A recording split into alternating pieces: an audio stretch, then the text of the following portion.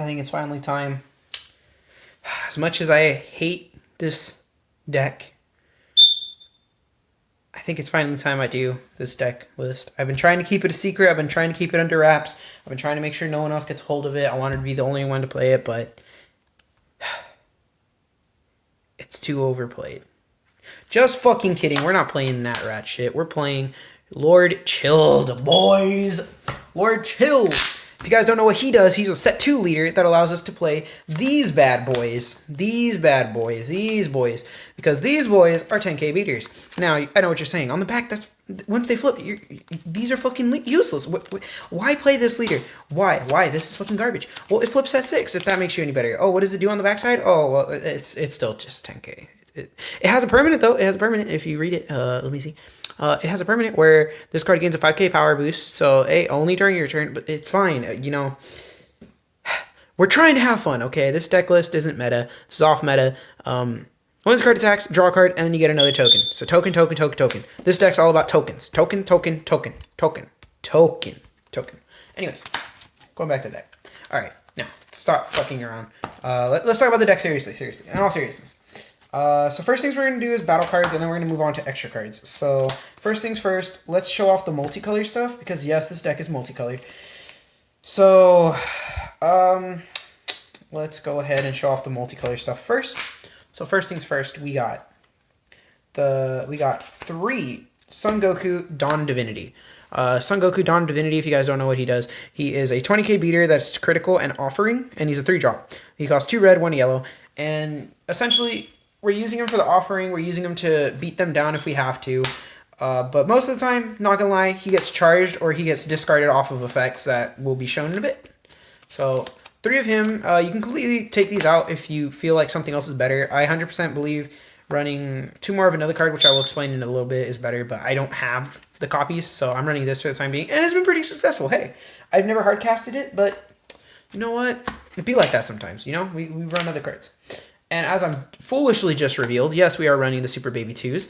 If you guys, Majestic Majesty or Malicious Majesty, if you guys don't know what he does, so he is a deflect 3-drop with offering and energy exhaust. So you guys should know what energy exhaust does. I'm not going to explain the keyword skills. I'm going to explain the activate main though, because activate main is the main thing that makes this deck work. So for his activate main, it's activate battle actually, not activate main, sorry. Once per turn, we can discard 3 cards from our hand and then strike a life, and then negative 20 their leader and their entire board, and then negate all non-keyword skills on their board and leader. So what does this mean? This means we completely nerf Hachiyak, because we swing leader. So let's say we're already flipped at this point. We drop him, we swing leader, activate main, discard 3, strike a life, negate Hachiyak's auto or whatever it is, permanent, I don't remember, but we negate that, and then they can't stop us from swinging in with, like, but at this point, if they haven't KO'd any, we have like 5 of these tokens out, and they essentially become 20k beaters because they go down, since the ruling is with leaders, when they get negative down below 0, so they would be at -5 at this point because they're -20 on the backside at least. On the front side, they'd be -10. So these are essentially swinging for the 10k, and then they're also swinging 10k more because they're at negative, whatever. God damn, I'm dumb at explaining. Anyways, so they basically just need to combo a lot. They discard a lot. So, you know what? That's always a plus. These tokens really are really cool, man. I'm gonna be real. I just wanted to make Chilled work. I don't know. I'm just trying to have fun with the game. I'm just trying to have fun, man. I'm not trying to be meta here. I'm just trying to have some fun. We got 4 Whis, the spectators. I shouldn't have to explain this. I feel like, granted, new players, yeah, I'm dumb. But for you new players, if you guys don't know what this does, I'm sure most of you know, but I'm going to go over it anyways. He has a permanent that makes it so when you charge him, if another card with energy exhaust is already in your energy, he actually gets charged inactive instead of having to get charged in rest. So let's say Goku turn 1, restand, turn 2, drop Whis. Whis comes inactive instead of having to come in rest because of energy exhaust. It ignores it. So yeah. And yes, if there's a Whis and another Whis, it does come in active. I know back when these type of cards first started coming out, people were like, oh, but it says other than this card, so technically it'd come in rest. And no, it comes in active. It says other than this specific card, this copy of the card. Just so you know. Just in case you guys have been playing around. I'm not saying you guys are. I'm just saying just in case. Just in case. So yeah, 4 we the spectators. To then buff up our to buff up the fact that we're running multicolor, we gotta run some counterplay multicolor stuff. So we're running 2 Champa the Tricksters. If you guys don't know what he does, he costs 2 if you have a multicolor charge, which I'm pretty sure we probably will. If we don't, then we kind of get screwed over and we kind of scoop. But that's fine. No, we don't scoop. We try our hardest to win. But you drop him, and then you get to switch one of their battle cards, ignoring barrier, and switch it to rest, and then we draw 1 if it's their turn. So yes, we can use it during our turn. It's just not as good. It is somewhat good though, because we can force them to switch like a 10k to rest if they like counter. Let's say they counterplay Vegeta. We can drop this, switch their Vegeta to rest, and let's say it's Vegeta that they needed. We can just swing our tokens at it and beat it down. So there you go. We have 2 of him. 2 of him. Next up, we got a lot more to go over. So let's go over the essential cards that we run in most yellow decks. We're running 4 shoes on the offense. They're the super combos of the deck, so obviously we're running those. And then let's also mention, these aren't essentials. Those are the only essentials, other than negates, but we'll get into those later. Those are the only essentials. My bad. Anyways, moving on to the next one. Cards. We got 3 Trunks the Cunning. This is really energy hate. To add on to the energy hate, we're also running 2 Godly Destruction Whis. So this is the Borgos of yellow. Play it, draw a card, and then if they were to switch an energy during their turn to active, we blow it up with a non-awakened skill, of course. So yeah, that's how Godly Destruction Whis works. And then we have Trunks the Cunning, which whenever they want to switch an energy back to active during their turn through a extra card or battle card skill, they would have to warp 5 cards from their drop. If they don't have the 5, they don't get the energy back. Simple as that. Next up, we have Master Shen and Master Roshi. These cards are surprisingly really, really good. They're 1-drop, 6k barriers, and if you have one on the board and then the other on the board, you can tap the other off of the other's effect and then draw 1 and then draw 1. In the late game, though, once we have a good enough hand, they actually become pretty significant beaters because of Super Baby 2. So, they're not completely useless after, kind of just drawing out your entire deck.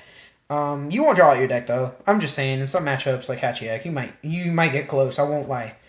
Next up, we're running 3 Unbreakable Super Saiyan Son Gokus. This boy is a pseudo super combo. If you don't know what that means, that just means it's a super combo with extra steps because it just costs 1 extra energy to draw, and it gives us 10k boost.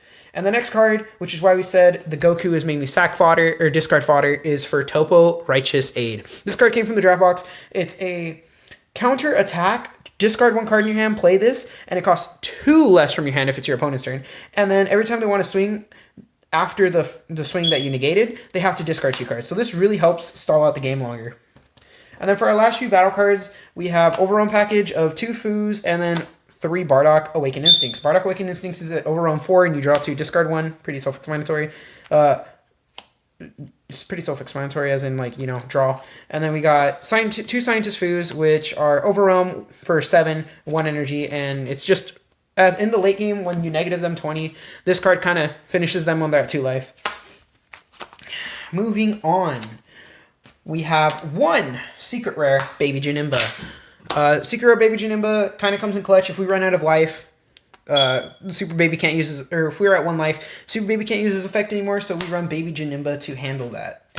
Alright, that's all the battle cards, so let me move some of these out of the way so I can do the extra cards now. So let me go ahead and move some out of the way, trying to move as fast as I can. Let's just move those for now.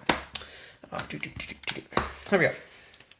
So for extra cards, we got 1, 2, and 3 Time Magics. So Time Magic is your Sparking Negate for yellow. It really helps you in the matchups against Baby with locking down their Heartfelt Pleas or their Big Dumb Monkeys that can be restood with Pan. It also helps you in matchups with Dark Banisher, which has becoming more and more common every day, sadly. But, it's fine. This deck kind of deals with it pretty well because by turn 5, you want to pull Super Baby 2 off and just win the game. So, yeah. But yeah, Time Magic really helps locking down and helps us because we get Sparking pretty easily if we don't overwhelm. Next up, we got 3 Nimbuses. Again, another card where we have Dawn of Divinity as sack fodder because Nimbus really is just another Topo. So we basically are running 5 Topos, but except, they can't have the option of it being able to attack. And they don't discard, so yeah.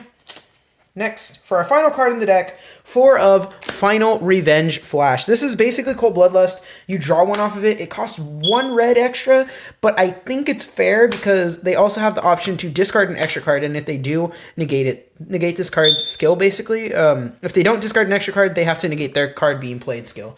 So, yeah, this card really helps us in the baby matchup because we can stop them for a turn.